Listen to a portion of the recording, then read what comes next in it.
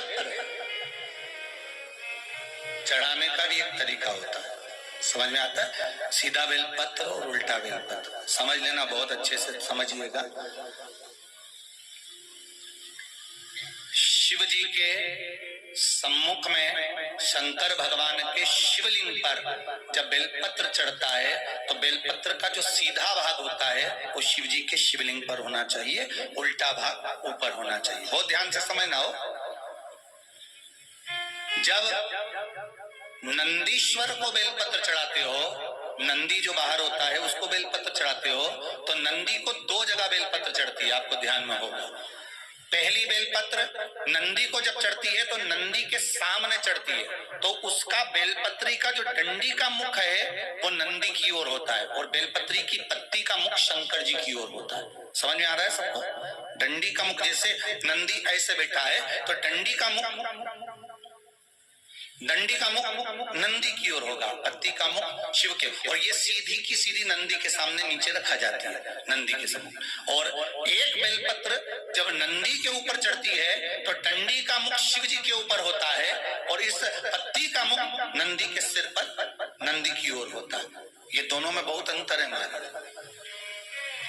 जैसे कोई बच्चा कोई कंपटीशन एग्जाम के लिए जा रहा हो या कोई परीक्षा देने के लिए जा रहा हो और पढ़ाई करे, स्मरण करे, तैयारी करे, वो अपनी जगह पर है। और ऐसा नहीं होता कि बच्चे पढ़ते नहीं है या तैयारी नहीं करते हैं। इसके बाद भी अगर उनका इंटरव्यू में पास नहीं होते या एग्जाम में पास नहीं होते तो उसके लिए ये दोनों बेलपत्री बड़ी काम करती है। बहुत ध्यान देना, जो नंदी के सामने बेलपत्र रखकर जाना, शिव जी के सम्मुख में बेलपत्र रखकर जाना, मतलब नंदी के सम्मुख में जब रखाएगी तो डंडी जम के बोली है कहाँ होना चाहिए?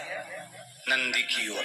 और जब ऊपर रखाएगी तो डंडी शिव की ओर हो। ये दो बेलपत्र रखकर शिव जी का स्मरण कर कर जाएं, कार्य सफलता की ओर बढ़ता है। कोई काम के लिए आप जा रहे हैं तो उसमें सफलता मिल जाती है, उसमें सफलता प्राप्त हो। शिव जी को बेलपत्र चढ़ा रहे हो, जो चिकना भाग है, सीधा भाग शिव जी के ऊपर, शंकर भगवान के ऊपर। थाली में अगर शिवलिंग का निर्माण कर रहे हो, पार्थिव शिवलिंग का निर्माण कर रहे हो, तो थाली में जब बेलपत्र रखोगे तो सीधी रखोगे, फिर उसके ऊपर शिवलिंग का निर्माण करना। अगर आप निर्माण करते हैं पार्थिव शिवलिंग का और बनाते हैं बेलपत्र का नीचे, महाराज शंभु शरणे पड़ी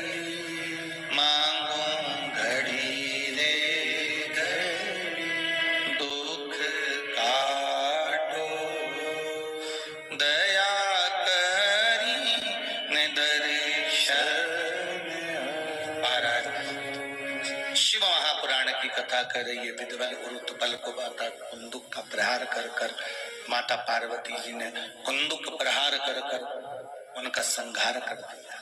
शिव जी का नाम कुंदकेश्वर महादेव पड़ गया। कुंदकेश्वर महादेव को सबसे ज्यादा कोई चीज चढ़ती है तो सफेद पुष्प चढ़ता है। कौन सा पुष्प चढ़ता है? जम के बोलिए जरा। सफेद पुष्प।